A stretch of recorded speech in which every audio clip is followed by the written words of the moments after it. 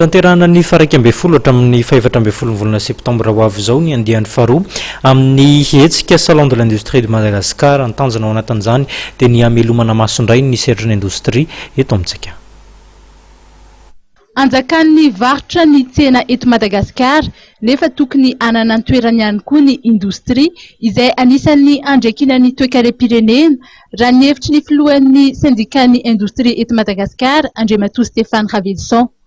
Ny syndicat-ny indostria eto Madagasikara izay mikarakara ny andian'ny faharoa amin'ny hetsika salon des industries de Madagascar ny faha 12 hatramin'ny faha 14 ny volana septambra ho avy izao eny amin'ny lapan'ny kolontsaina sy ny fanatanjahantena Mahamasina. Ny thème moa dia ny relance de l'industrie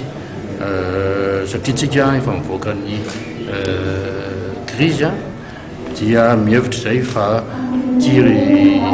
zao zany ny fotoana tena hoe iverenany re tokony iverenany re ny asin'izany industrie zany satria mamiasa mame fanjifana ary mame fiarikarena ny industrie malagasy. Tena anjakan'ny varotra ny sehatry ny tsena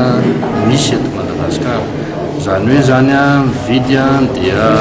varotra avy hatrany tsara dia tsara zay kanefa ny ampisehovinay amin'ny salon d'industrie io fa tena tsara dia tsara koa ny sehatra industrie izay mividy akora dia manodina azy dia mivarotra azy mety manahirana mpandehoana kanefa kosa mety ho tsara ihany izy rehefa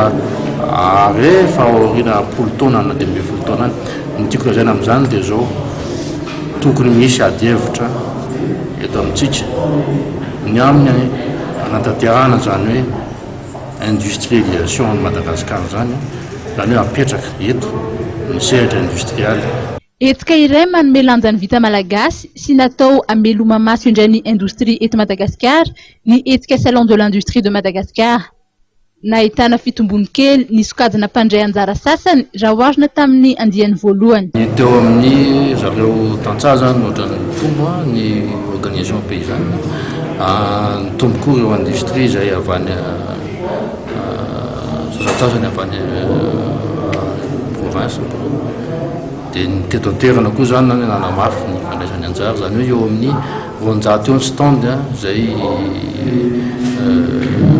réservé zany satria ny sehatra industrie dia mbola sehatra anankiray mbola malalaka ary izay ny anasana ny tanora sy ny mpianatra mba hafantatra zany industrie zany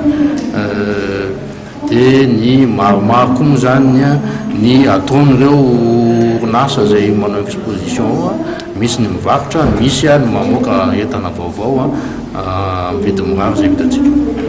Varotra fampiratiana amin'ny vidiny eny amin'ny usine fionan'ny mpandrahà na rencontre B2B lobary andasy tolotrasy fanetanana sy fampisehoana dia ho hita eny an-toerana avokoa. Omaly mono nisy ny fionana teo amin'ireo mpandray anjara izay mahatratra 12 amby zato ary mahery ny 12 sy 200 ireo trano efa ho hita eny an-toerana.